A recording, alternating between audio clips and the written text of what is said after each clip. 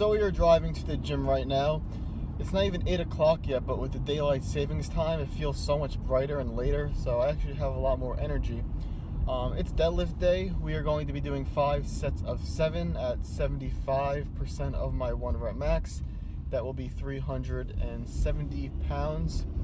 I'm hoping the last few weeks on the hack squat machine that I use as an accessory, due to the positioning of the sun was just beaming right through a window into the head position on the machine, and it would come right into my eyes and I just couldn't see, so I would have to do it with my eyes closed.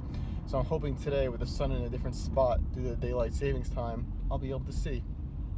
But a question that I've been getting asked a lot on this routine, Ogus 753, is people curious if they want to do the routine themselves. They're asking if I recommend it, if it's good for gaining strength.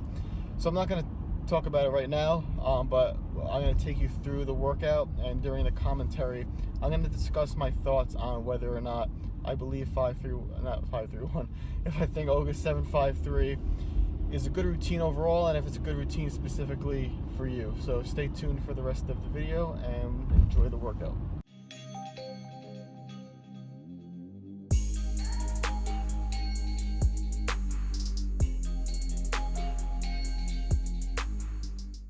What's up, everyone? Welcome to the commentary. Real quick, before we get into the workout, I mentioned how the deadlift bar that was good that I had been using got bent.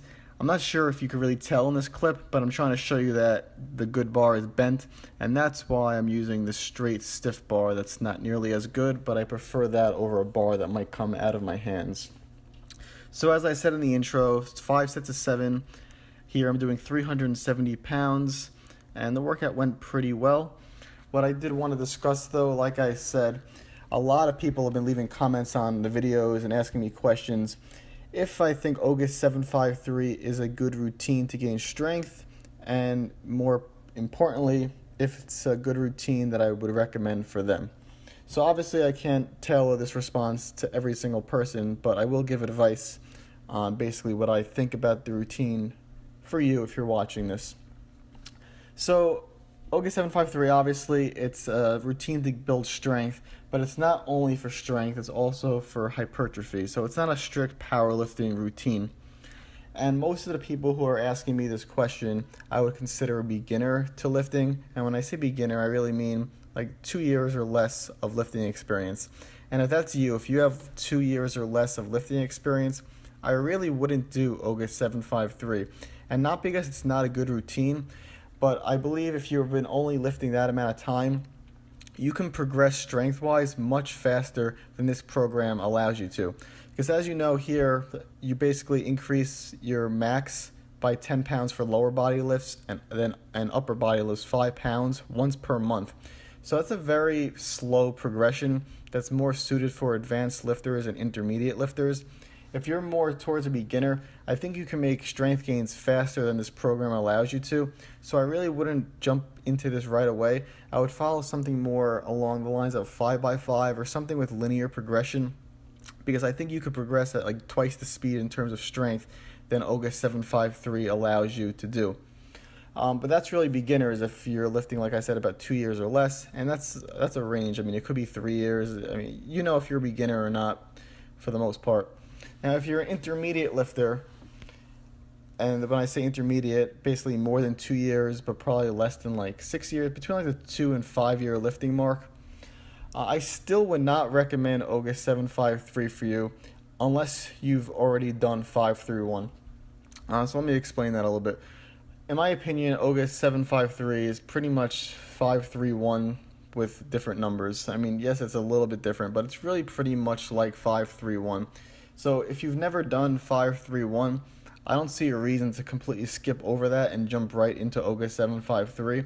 I would definitely do 531 first. 531 even has a bunch of variations. There's a book now beyond 531 where you could change it up. If you go back to some of my older videos, I did 531 for over a year, but I did so many different variations that it never felt like I was actually on the same routine. So I would do 531 before Ogus 753. And 531 I would still not recommend for a complete beginner, because the same issue with progression comes into play, where you're only increasing your 1 rep max by the same 10 pounds lower body lifts, 5 pounds upper body lifts once per month. And I do believe if you're a beginning lifter, you can definitely increase faster than that. Here real quick, I'm showing you that the sun is now over there, not on the machine that I'm using because of daylight savings time. So now I was actually able to use this machine today without my eyes closed, so that was nice.